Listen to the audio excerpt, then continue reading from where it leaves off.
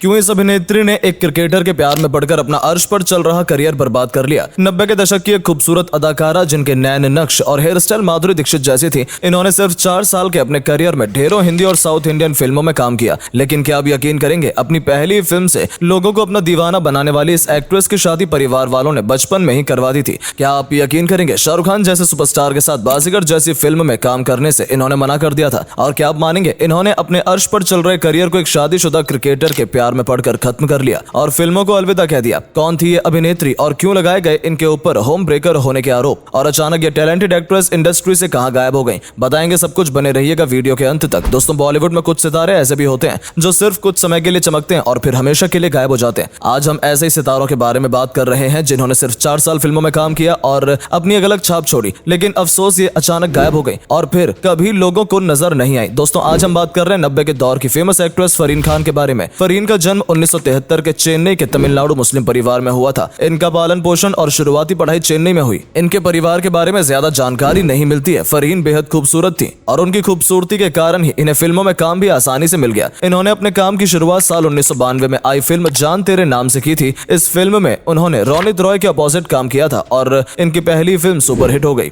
अपनी पहली फिल्म से फरहीन रातों रात स्टार बन गई थी और जवां दिलों की धड़कन कहलाने लगी थी। इनकी पहली फिल्म से ही इनके लुक्स की भी बहुत चर्चा हुई, क्योंकि इनका चेहरा माधुरी दीक्षित से मिलता था। साथ ही इनकी हेयर स्टाइल भी माधुरी के जैसी ही थी, जिसकी वजह से ये ज्यादा चर्चा में आ गई। शायद यही कारण था कि अपनी पहली फिल्म से ये दर्शकों के दिल में उतर गई थी और फिल्म इंडस्ट्री की नजरों में आ गई थी। अपने पहली फिल्म के सुपरहिट होने के बाद इनके पास फिल्मों के ऑफर्स की लाइन लग गई थी और हिंदी फिल्म इंडस्ट्री के साथ साथ इनके पास साउथ फिल्म इंडस्ट्री के भी ऑफर्स आने लगे थे और उन्होंने दोनों ही फिल्म इंडस्ट्री की फिल्मों को साइन करना शुरू कर दिया था। हिंदी के अलावा तमिल, तेलुगु और मलयालम भाषाओं की फिल्मों में काम भी फरहीन ने किया था। अगर हिंदी फिल्मों की बात करें तो उन्होंने अक्षय कुमार के साथ दिल की बाजी, सैनिक, अमानत और नजर के सामने जैसी कई फिल्मों में काम किया। फरहीन को फिल्में पाने के लिए बिल्कुल भी मुश्किल नहीं हो रही थी। स्ट्रगल के नाम पर फरहीन को कुछ भी मेहनत नहीं करनी पड़ रही थी, क्योंकि उनकी पहली फिल्म हिट होने के बाद आसानी से उनके पास ढेरों फिल्म के ऑफर आ गए थे। कम ही समय में फरहीन ने आग का तूफान, मेरी आन, साजन का घर आदि फिल्मों में अभिनय किया। इन्हें शाहरुख खान के साथ फिल्म बाजीगर का ऑफर मिला। इस फिल्म को बाज मस्तान बना रहे थे और काजोल और शिल्पा शेट्टी में से किसी एक किरदार को उन्हें करना था, लेकिन उन्होंने इस फिल्म का ऑफर ठुकरा दिया, क्योंकि उस समय ये साउथ इंडस्ट्री की कई फिल्में एक साथ कर रही थी। उनके पास डेट्स की प्रॉब्लम थी, जिसकी वजह से उन्होंने बहुत बड़ा ऑफर ठुकरा दिया।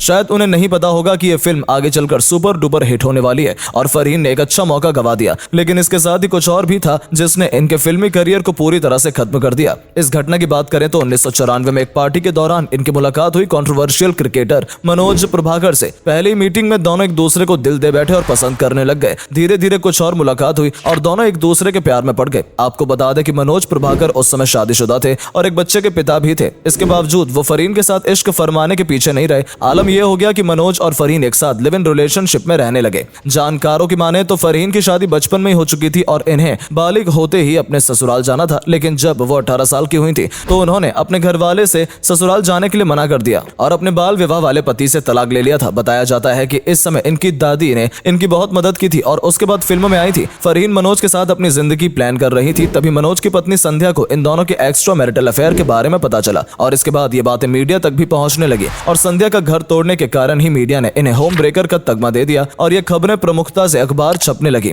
कहा जाता है कि एक दूसरे को 4 साल तक डेट करने के बाद, एक दूसरे के साथ लिव इन रिलेशनशिप में रहने के बाद दोनों ने चुपके से निकाह भी कर लिया था, जिसे बाद में सार्वजनिक किया गया था। इस निकाह से इन दोनों का एक बेटा भी हुआ था, जिसके बाद फरहीन अपनी जिंदगी में इतने ज्यादा व्यस्त हो गई कि 1996 के बाद उन्होंने किसी भी फिल्म में काम नहीं किया और मुंबई से दिल्ली शिफ्ट हो गई। साल 1996 में हिंदी फिल्म अग्नि प्रेम में फरहीन आखिर बार देखी गई थी। इसी दौरान मनोज प्रभाकर पर मैच फिक्सिंग के आरोप लगे। उनका नाम मीडिया में बहुत उछाला गया। इसी के साथ ही ये भी खबर आई कि मनोज की पहली पत्नी संध्या ने उन्हें तलाक देने से मना कर दिया था और तब मनोज प्रभाकर फरहीन को छोड़कर वापस अपनी पहली पत्नी संध्या और अपनी बेटी के पास से रहने चले गए थे। इसके बाद फरहीन के साथ क्या हुआ, वो कैसी जिंदगी जीती रही, इसकी कोई खबर सामने नहीं आई और न ही किसी ने यह जानने की कोशिश की कि फरहीन अब कैसी जिंदगी बिता रही हैं, क्योंकि बॉलीवुड उभरते सितारों को सलाम करता है। जो सितारे बॉलीवुड को छोड़ चुके हैं उन्हें कोई याद नहीं रखना चाहता, यहाँ तक कि उनकी कोई खबर भी नहीं लेना चाहता। तो फिर किसी गुमनाम कलाकार से कोई क्यों संबंध रखेगा। फरहीन इस इंडस्ट्री से कब गायब हो गई किसी को पता भी नहीं चला और किसी को इस बात से कोई फर्क भी नहीं पड़ा कि साल बाद मीडिया में खबर आई कि 90 के दशक की एक पॉपुलर एक्ट्रेस जो माधुरी की तरह दिखती थी वो इंडस्ट्री में दोबारा कमबैक कर रही है। तब लोगों ने उनके बारे में जानने की कोशिश की कि आखिर इतने साल ये कहां गायब थी और इतने दिनों तक क्या करती रही। इस पर फरहीन ने खुद ही मीडिया को दिए गए एक इंटरव्यू में बताया वो अपनी पर्सनल लाइफ में बिजी हो गई थी और मनोज से इन्हें 2 बच्चे पैदा हुए और दिल्ली में अब ये अपने पति और बच्चों के साथ ही रहती हैं। साथ ही मनोज प्रभाकर को उनकी पहली पत्नी संध्या से जो बेटा था वो भी उन्हीं के साथ रहता है और उनकी शादी भी हो चुकी है और ये तो दादी भी बन चुकी है। फरहीन से दोबारा फिल्म में लौटने के पीछे की कहानी ये है कि जान तेरे नाम फिल्म के डायरेक्टर दीपक बलराज इस फिल्म का सीक्वल बना रहे थे। इसके लिए इन्होंने फरहीन से बात की और एक्ट्रेस की मां पर रोल ऑफर किया। फरहीन ने हाँ भी कर दिया था, लेकिन अफसोस इनका कमबैक नहीं हो सका क्योंकि ये फिल्म बन ही नहीं पाई और ये बात आई गई हो गई। इसी इंटरव्यू में उनसे पूछा गया कि अब वो क्या करती हैं, तो फरहीन ने बताया कि उनका एक